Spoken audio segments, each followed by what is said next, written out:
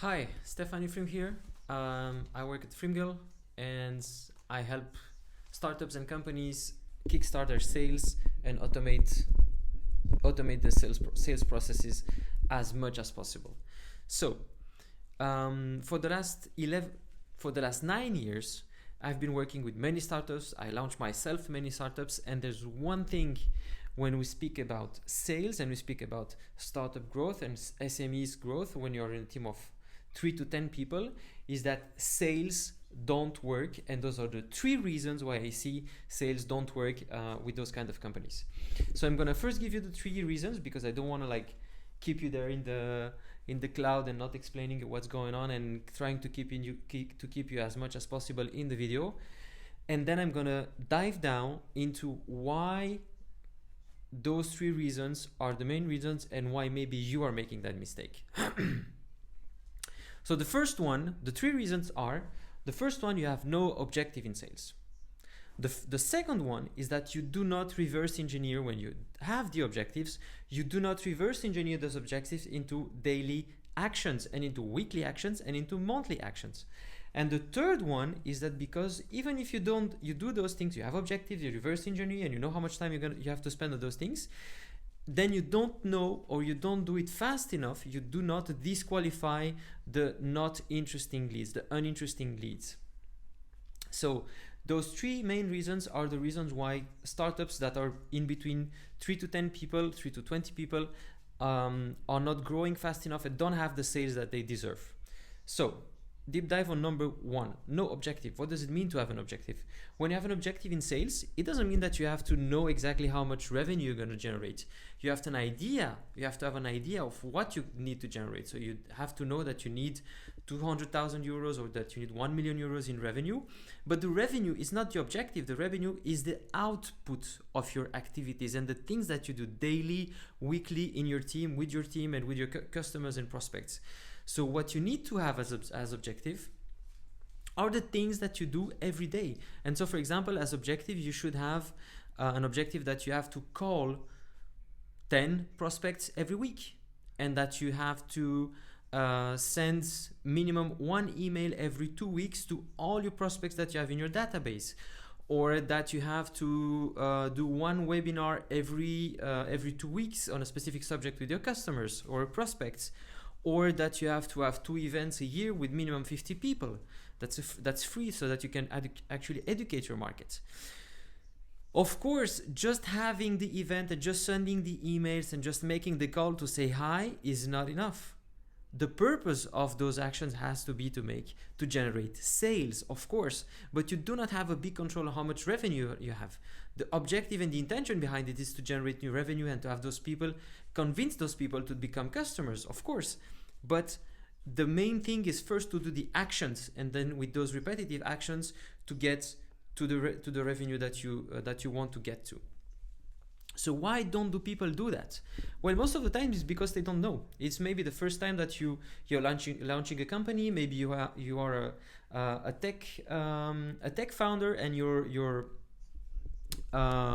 main skills into the company, and the reason why the company has got you there is because actually you know the product and you know the market, and you are not a salesperson, and that's exactly why you succeeded to getting at that level. But from that level on, you really need to up your sales skills, and then you need to learn those things, and you need to be able to use those skills in every day. The other reasons why you don't have objective is because maybe you are a salesperson, and for the first time that you're a founder and you can decide about everything that you need to be done, you're gonna do the exact opposite of what you've been doing in other companies that were not yours, which is that you can decide on your own, and you can decide that for this month it's gonna be 100,000, and if you feel that it's gonna get better, then you can go, okay, let's move it to 150. And then if you feel that for the next month the 150 doesn't make sense, 150,000 in revenue, or the number of calls you need to do because you have other urgent things to do in the company, then actually you're going to lower it, and you're going to be actually very indulgent with yourself, which is understandable. So, or maybe because you just don't know, you don't want to put too much pressure on you. So I understand those things, but actually in the long term they are very, very negative for the growth of your company. So that's the big first chunk, no objective. The second one is reverse engineer those objectives in terms of daily actions.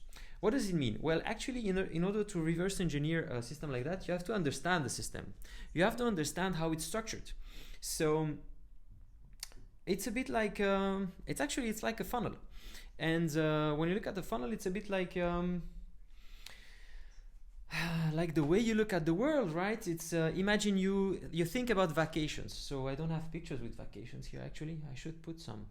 I have nice books and I have other things, but okay, nothing about vacations.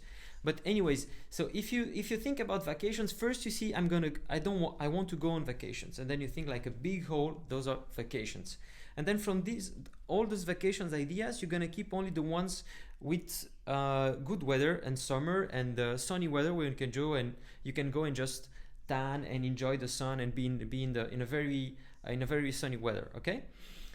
So you're actually drilling down from all possible vacations in the world. You're gonna say, okay, I just want the sunny ones. So that actually drills down into very specific destinations. And from those specific destinations, you're gonna say, but I also want to kite surf. So you're gonna drill down from all those sunny destinations to only take those ones where you actually can kite surf and can rent all the gear you need, and you can have classes and so on for kite surf. And so you drill down, that's the next step. And from those next steps, you're going to look for the ones that are available in the dates that you're going to. And then from those, you're going to look at the price, or in another way. And so each time you go for a very large, very, very broad possibility to smaller and smaller and smaller and thinner and thinner possibilities until you find the one that you need. You're not going to do all the vacations in the world, right? You're just going to do the one that you like, the one that you need, and the one that corresponds to your financial criteria. Well, with the customer, it's the same thing. When you're looking for customers, you have to do the same thing. So you're going to say, okay, we are in the pharmaceutical sector. That's the whole world. Fine.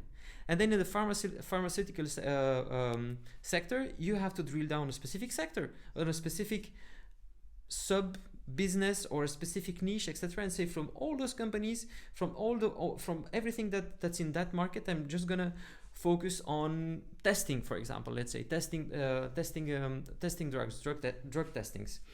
And from drug testings, you're going to say, but we can only work with companies that actually have drug testing on cancer, right?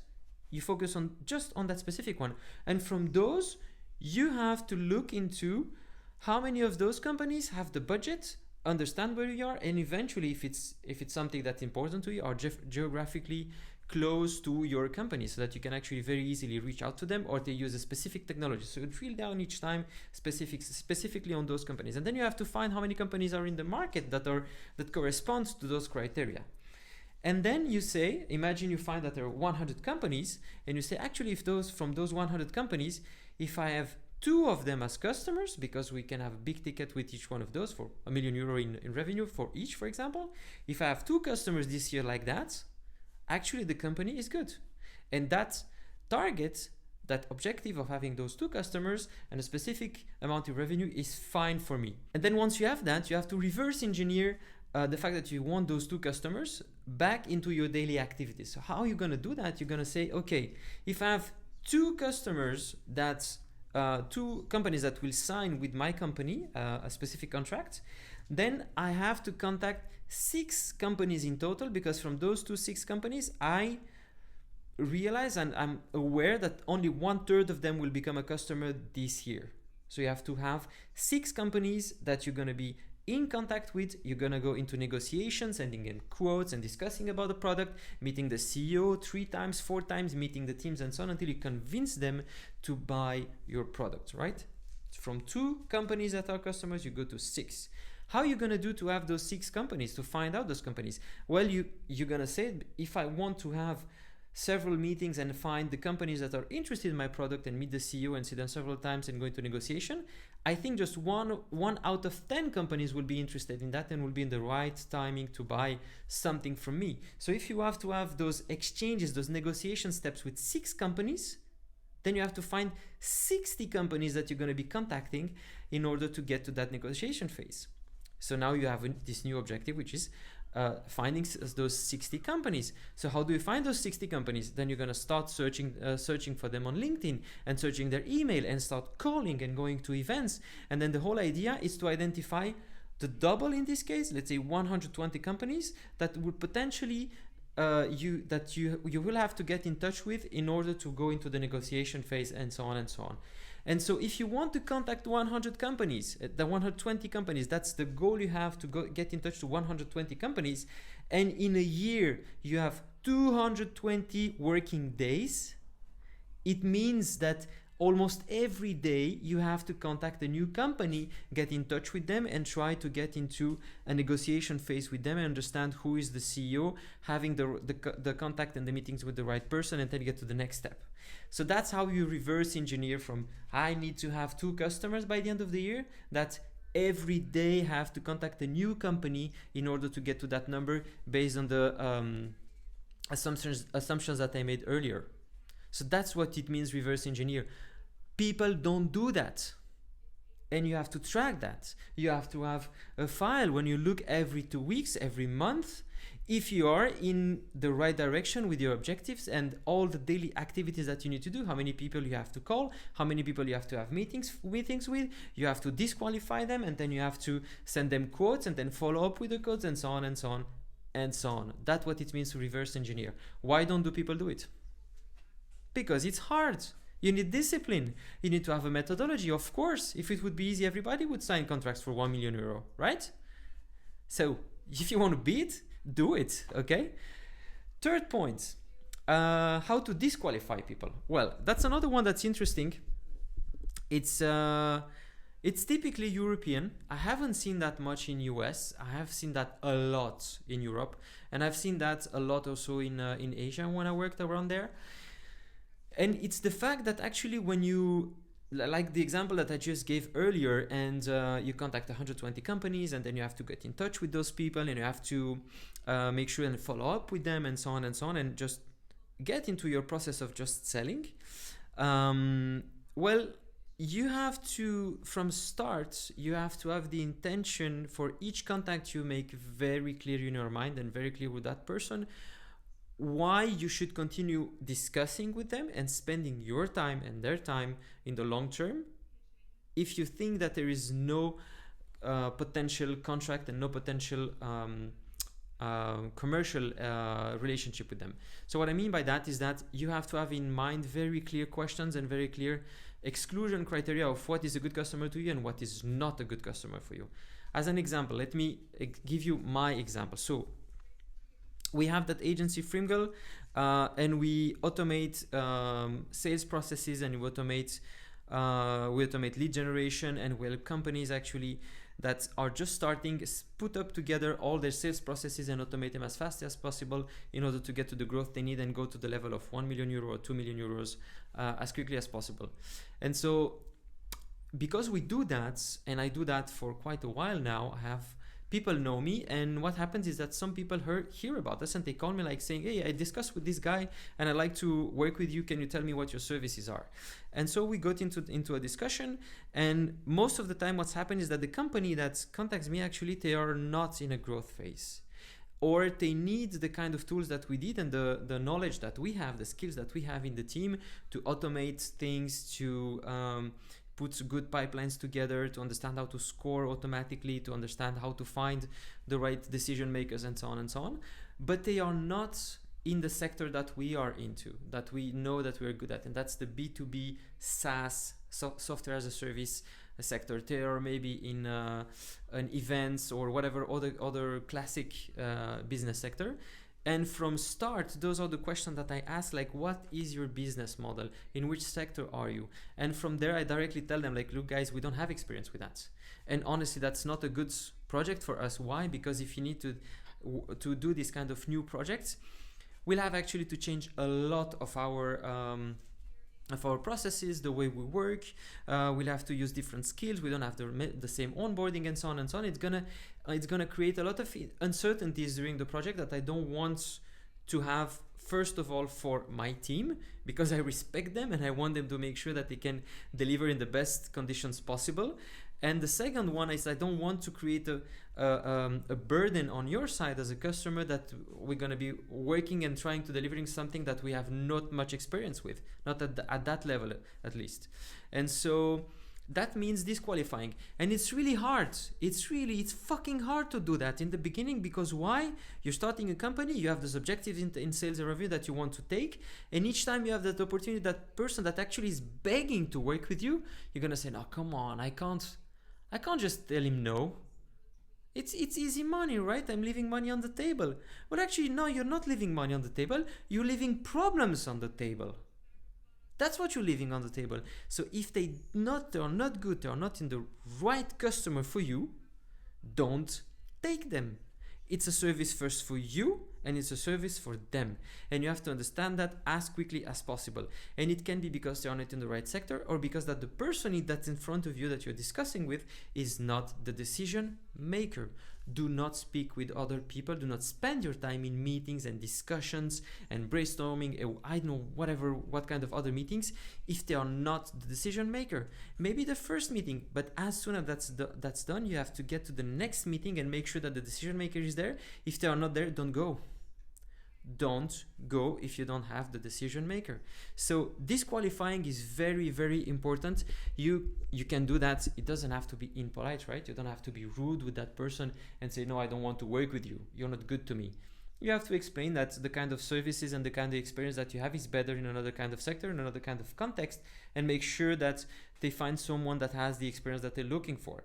Because when you do that, actually what's happening is that you're attracting and you're filtering in the customers that really understand what you do, because they have the problem that you can solve. And so it's easier for them because they're waiting for you. They were finally searching for something that finally found something that they were searching for that's specific to them, a specific problem they have. And on the other side, it's easy on you because you are always solving the same problem and you're always doing the same thing. And so you're becoming extremely good. Only the fact that you did it 10 times in the last 1 or 2 years, and they just did, this is their first time, you're actually 10 times better than them, which is a lot. So of course you can help them. So disqualifying is super important. You have to do it as soon as possible and tell people why you disqualify them. Write it down in your CRM so that you're sure you find it out later, and just get to the next one. So here it is. Those are my 3 explanations on why you're not getting the sales results you're looking for. That's what I've seen the most in the last project and last companies I've worked with. Each time we start working, those are the reasons why they don't have the sales they're looking for. There are other reasons also, technical and so on, and strategy, but this is one specific approach I'm looking at right now. If you're in a team of 3 to 10 people and you don't have the sales you'd like to have, it's because you have no objective, or it's not clear, or it's not the right one. It's because you do not reverse engineer your objective into your daily activities, weekly and monthly activities, and then track them and compare that to where you should be at. And finally, if you have that kind of level of activity, of commercial activity, prospection activity, you do not disqualify fast enough. And then you're losing time, spending time with people that you shouldn't spend time with. So that's it. I hope it's good for you. But don't forget to hit the like button under the video. Don't forget to subscribe to the channel and push on the notification button so that you get the notification each time I make a new video. And also go and visit freemgirl.com and check our services, and look and subscribe to our newsletter. And don't forget to share this video to as many people as possible that you think could find this helpful and interesting. Thank you guys. Sayonara.